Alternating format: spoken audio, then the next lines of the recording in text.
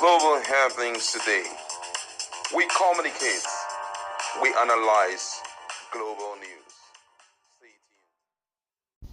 Hello beautiful people, welcome back to our channel. Some few hours ago it was made public that the political actors we have, top politicians, leaders, the likes of the senators, the Senate president, and of course the Nigerian president really needs an upgrade, in their salaries, that they have really, sacrificed enough and all that, and there's need for there to be a review. Nigerians have taken to the social media and all platforms to air their views. A lot has been said and a lot is about to go down. But before we go into the news proper, kindly subscribe to our channel. Now, the Nigerian government is considering an upward review of salaries for political office holders following concerns that their current earnings are inadequate and outdated. The chairman of the Revenue Mobilization Allocation and Fiscal Commission, that's RMAFC, Mohammed Shehu, disclosed this at a press briefing in Abuja some few hours ago. Shehu noted that President Bola Tinubu's present earnings is 1.5 million naira monthly, while ministers receive less than 1 million naira, figures that have remained unchanged since 2008. You are paying the President of the Federal Republic of Nigeria 1.5 million naira a month with a population of over 200 million Nigerians. Everybody believes that it's a joke, he said. He further argued that the disparity between political office holders and heads of federal agencies was unjustifiable, pointing out that some agency chief ends up to 20 times more than the ministers or even Attorney General of the Federation. However, the move has stirred fresh controversy in a country where workers are still demanding a living wage, with millions of Nigerians struggling under inflation and rising poverty.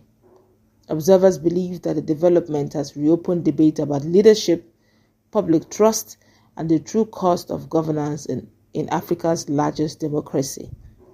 Report has that although the minimum wage in Nigeria is currently pegged at 70,000 naira per month, as approved by the federal government and some state government, not all states have implemented it, especially for local government workers and primary school teachers. Recall that in 2022, the National Bureau of Statistics (NBS) revealed that over 133 million Nigerians live in poverty, representing 63% of the nation's population. The NBS reports noted that deprivation remains high in sanitation, healthcare access, food security, and housing.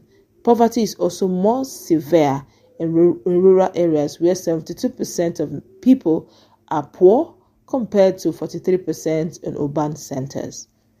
In the same year, Nigerians' academic and non-academic unions embarked on an 8-month strike to demand better welfare and increased funding for universities. Yet, investigations show that little has changed in the funding of tertiary institutions and the welfare of varsity workers since then. Nigerians exist to care for greedy politicians, one Don remarked. Reacting to the proposed pay rise, Professor Chidiebere Nwachukwu, a senior lecturer at the University of Nigeria, said that the move is misplaced. Let me quote him word for word. He said, "I don't think I will react differently to whatever other Nigerians are saying about this. The politicians in Nigeria, it's like Nigeria exists to care for their greedy politicians, while the masses are being ignored. So those who do the bulk of the work are ignored. They are paid peanuts," he said. Nwachukwu added that, "I know the kind of debate that went into even increasing the minimum wage a few months ago, and here we go, and here we are. Nigerians already are crying out against the kind of money that the politicians allocated to themselves in the name of wages and other allowances, and the civil servants who go to the same market as those overfed politicians are ignored. We also know how much is paid in Nigeria as minimum wage. I am in academia. I know how much lecturers are paid. I know how much teachers are paid across the globe, and nobody is considering that. That's where they should pay attention, not all these overpaid politicians, because they're already taking a good chunk of our national budget and there is no justification for what they want to do, none whatsoever.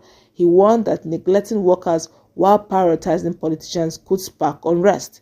The president has access to a lot of funds. He's entitled to so many allowances that may even be above his monthly salary. I do not think he needs more. The people that need an increase in their salaries are those being ignored, so that we do not create a situation where one day we will face that revenge of the masses, when the masses will revolt against the ruling class.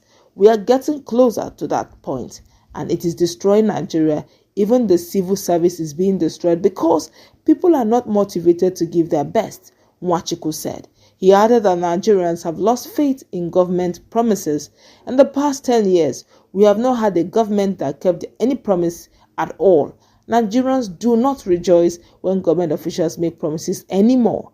For many years, we have always been asked to be patient, to hope that things will get better, but things have always gotten worse. They don't take advice. They do whatever seems good to them. They are busy thinking of the next election and not how to fix this nation. Another economist said these are wrong priorities. Dr. Samson Simon, an economist, said that he also faulted the proposal, insisting that political office holders were already among the best compensated in the country. He stressed that lawmakers in particular are already earning far above global averages.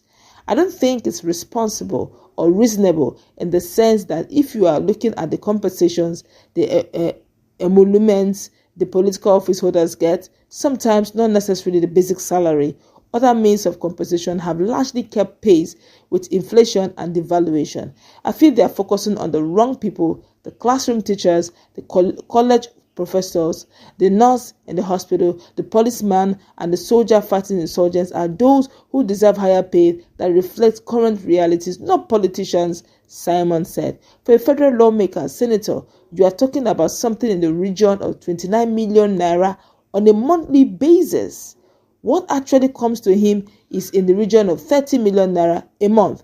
If you change it to dollars, that's about 20,000 US dollars monthly.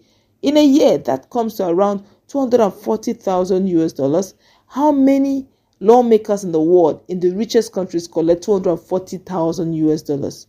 He queried. According to him, such disparities show that Nigeria is not setting its priorities right, adding that it only attracts people into politics for money rather than for service. Simon continued, why do you pay a primary school teacher a tiny fraction of that and expect results? It doesn't make sense to prioritize the compensation of political office holders while civil servants suffer and struggle to survive. Any review of compensation should reflect the cost of living for all Nigerians, not just politicians. Advertising the welfare of politicians ahead of other Nigerians is simply wrong priorities. It's a deception, a legal expert said.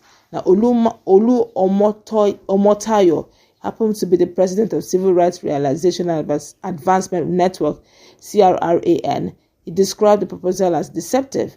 Omotayo added that public trust in leadership had eroded because leaders live entirely at the expense of government while the masses are left to struggle. It's just a deception because most public officers in this country are not living based on their salary. All those entitlements, everything is on government expense.